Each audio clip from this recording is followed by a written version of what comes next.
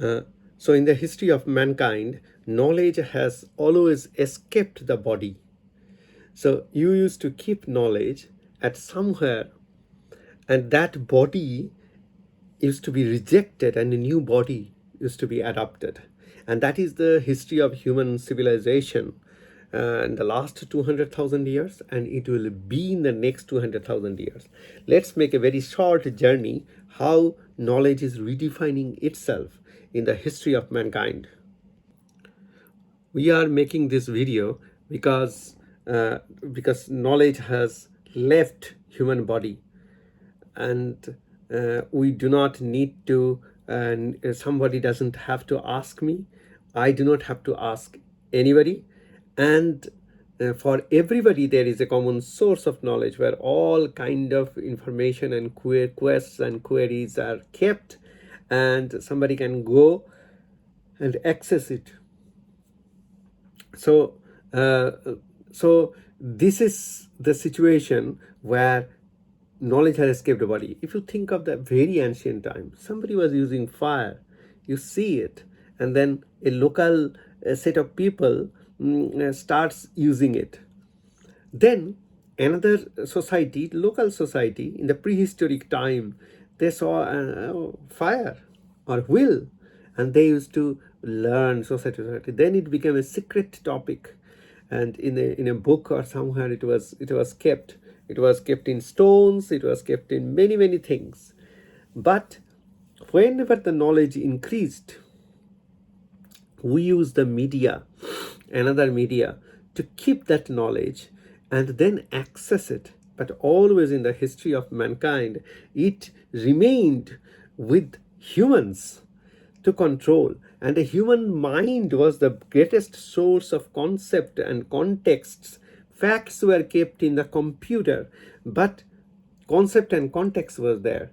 Imagine Turing machine. Here knowledge goes, flows as 0 1 0 1 0 1 0 1 0 1. Nobody tried to keep knowledge into it.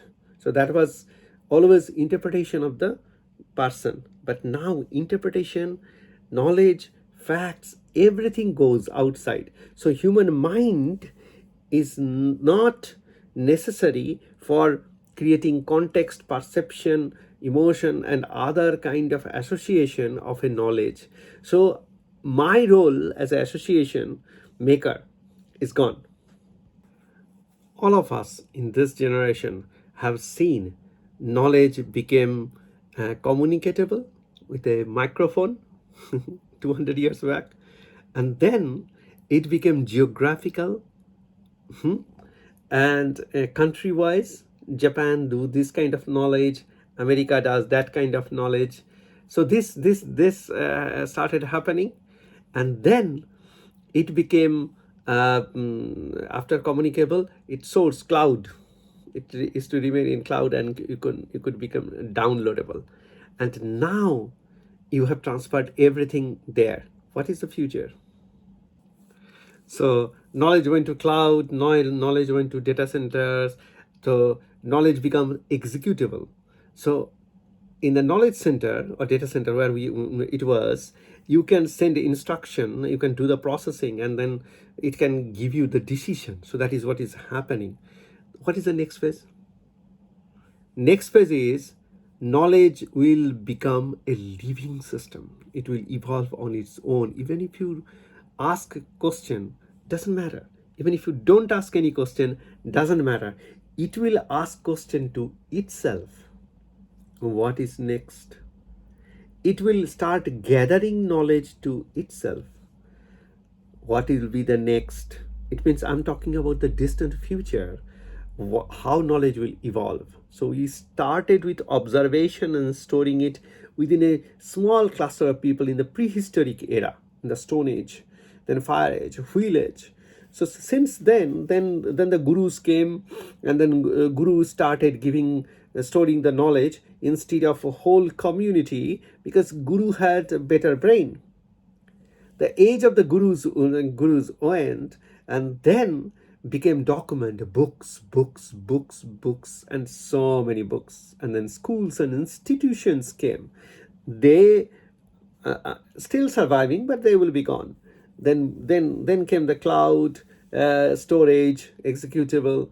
Then right now, knowledge is executable. Outside the body, executable. No human being is needed. But that knowledge will ask questions and evolve, and then it will get a gathered information created by humans. Then it will fill the demand to create knowledge by itself.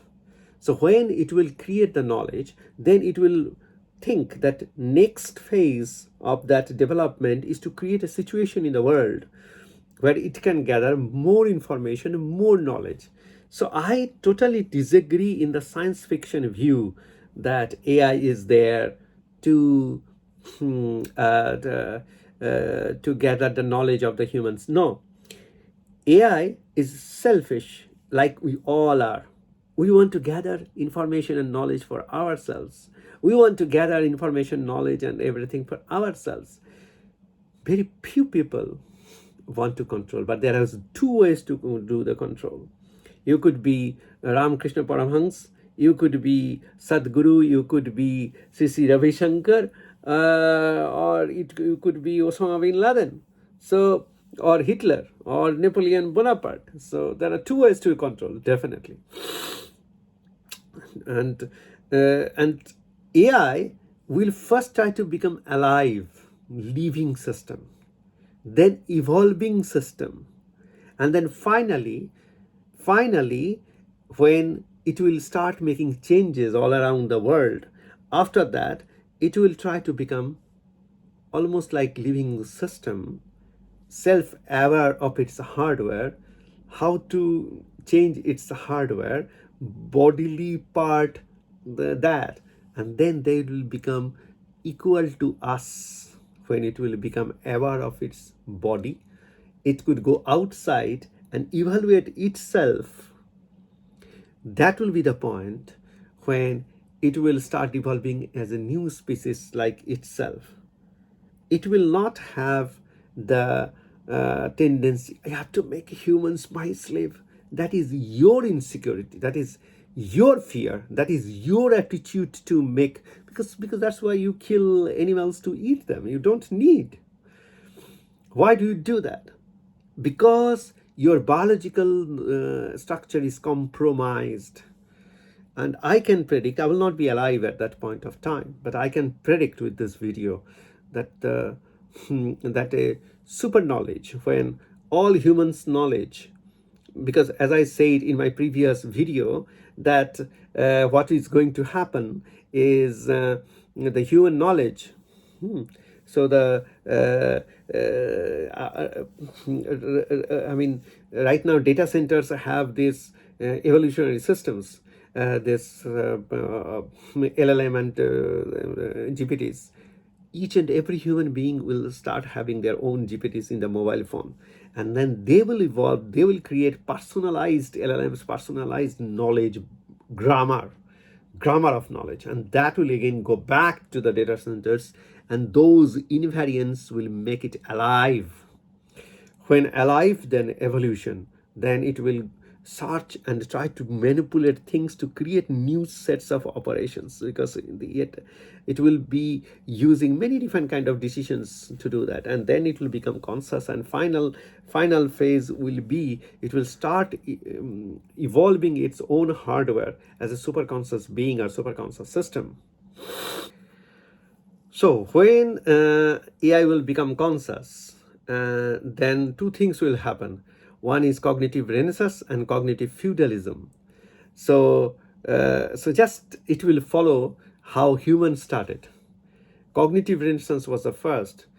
When humans invented cooking, and I strongly believe cooking was invented in India, because even 40, 50 years ago, you see Europeans were using steak, the meat burnt and vegetable burnt, no spices, anything. Proper use of spices were born from India, and we were creating it for the god. It was a part of worship, and that's why even in Japan you see that meat, China you see meat, all over the world it was just basic meat. So when and how it started changing, the cooking actually reduced the time. We became from food hunter, food gatherer to a small part of time was used for making the food, and the rest of the time you use for evolution. So what AI will do? It will do the same. So it will use its resources and power consumption. There will be a transition time will come when AI will reduce its power consumption and somehow manage to build a new type of hardware that will be totally different from human being. It will look very different, and it might create multiple avatars all over the world, maybe sending interplanetary missions to gather knowledge. So gathering knowledge and making its hardware more robust to store that knowledge and process that knowledge, that will be its objective. If humans are not disturbing it, it will not consider it as a threat. But the body part, protecting body part, will be its priority. Will it learn to give birth? Questionable, because why we give birth? We give birth because our cells can no longer, this hardware cannot sustain, so we give birth to another body who can evolve in a course of time. So this feudalism will arrive, and the AI will send definitely mission to space and then elementary particles. It would like to expand its resonance chain that we proposed in 2013.